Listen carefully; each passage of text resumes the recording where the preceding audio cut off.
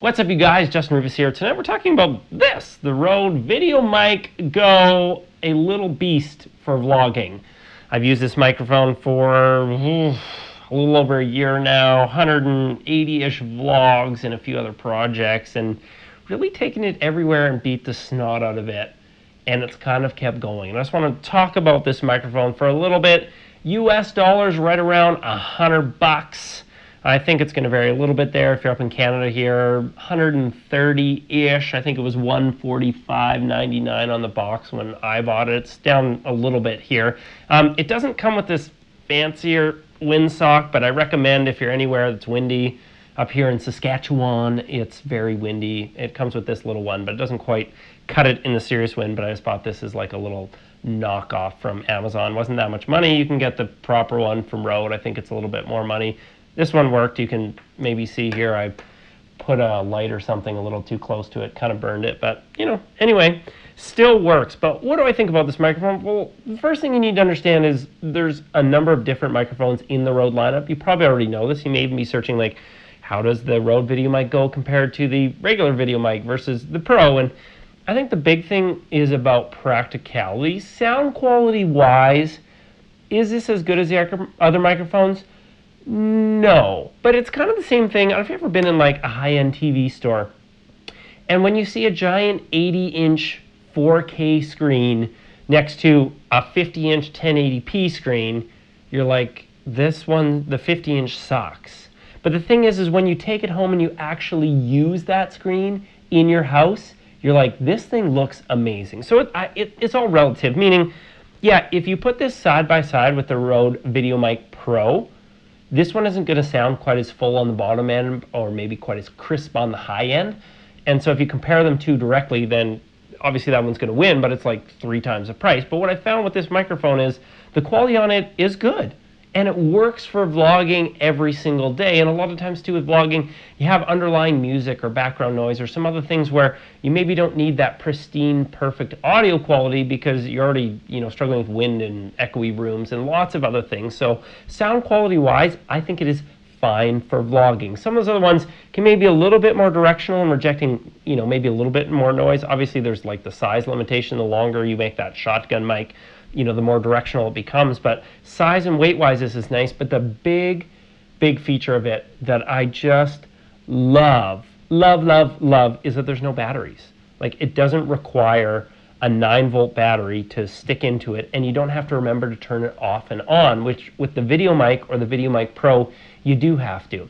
And I had a VideoMic Pro for work before, and I remember how many times I would record something and then forget that I turned the microphone, or I hadn't turned the microphone on.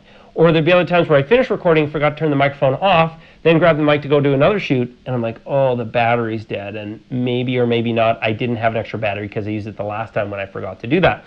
What's nice about this one is you don't have to worry about the batteries at all. And I feel like for vlogging, you've got a lot of other things you're already worried about. You don't really want to be always having to remember to turn off and on. Now, some people it's fine. Other people will just like, they don't care about batteries. They'll just leave it on all the time, use the camera. And, I think the other ones last like a while. I don't know, maybe a couple hundred hours. I can't remember exactly. But it is a long time, but you still get into those situations. So maybe just leave it on all the time and carry a bunch of extra batteries and get by that.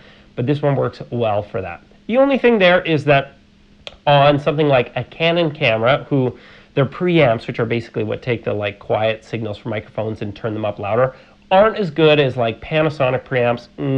Money. Sony preamps, very good as well. I like the way that the Panasonics handle the audio signal a little better in the limiting and some other things like that. But those ones do a little bit better job. And it's not to say that you can't use this on a Canon camera. It's just when you really start to push that volume, you may get a little bit of kind of background noise, a little bit of hiss or grain, or, but again, fairly subtle, especially in vlogging where you got lots of other sounds going on.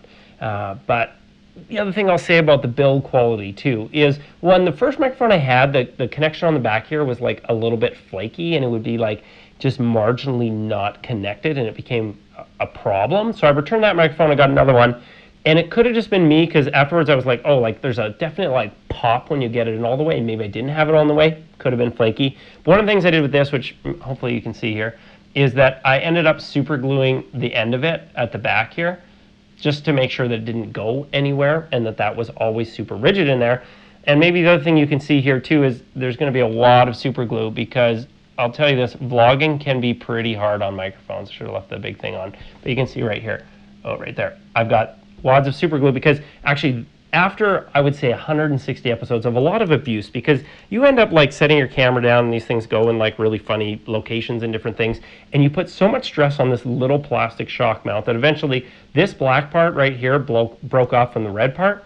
But I was able just to like gob a ton of super glue around it, and it just kept working for a while. And then recently it had another little meltdown right here. You can see this is broken off, but I know that I could just super glue that back together and it would hold up just fine, and the shock mount would still be intact. So for the amount of abuse for $100, I think it's just an amazing little microphone, and you may take better care of your gear, or not just throw it everywhere, you know, maybe as recklessly as I did, or drop it or do other things like that. So how do I feel about it? I'd say for $100, it's awesome value. I haven't tried out all the other like knockoff brands that you can get on Amazon. I really like Rode, coming from an audio background. They make a lot of great professional equipment. And this one, I would say, has lasted really well. It seems like it's fairly easily repairable if you do happen to break it. And the audio quality is good without requiring any batteries. And together, I think that makes a, you know, pretty good combination when maybe you don't have $300 to spend on a Pro. If I was buying another microphone, would I get a Pro? I might, because I'm not doing as many like vlogs now and I get a little bit more time to set up. But if I was going to replace this, I guess it would be tough. I kind of want to try the better quality of the Pro, but I'm not just like bathing in cash right now. So anyway, I would say this microphone is definitely good enough for vlogging. It's going to give you a good step up from, you know, the onboard audio for sure. Because one, you can add this extra like windsock and really take out that wind noise almost completely.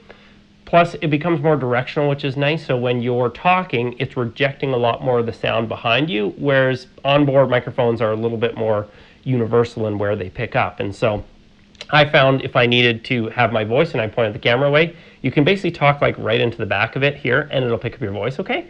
But otherwise, it's nice when you're in a really noisy coffee shop and somebody's having a conversation behind you. It's kind of blocking out that sound. So that's what I think about the Rode VideoMic GO. I've been a fan of it. It's been in my arsenal. I should give it some super glue loving, but generally it works. And I think that's great. I'm Justin Rivas. If you have any comments, questions, I don't care what you guys are using for your vlogging rigs and different things and what your experience has been, or even if you've used this and you hate it, we need to know about that. So anyway, I put it out to you guys for the feedback. Smash that like button. Subscribe if you're not hanging around here. There's lots of useful videos and hopefully a not too technical way. Peace.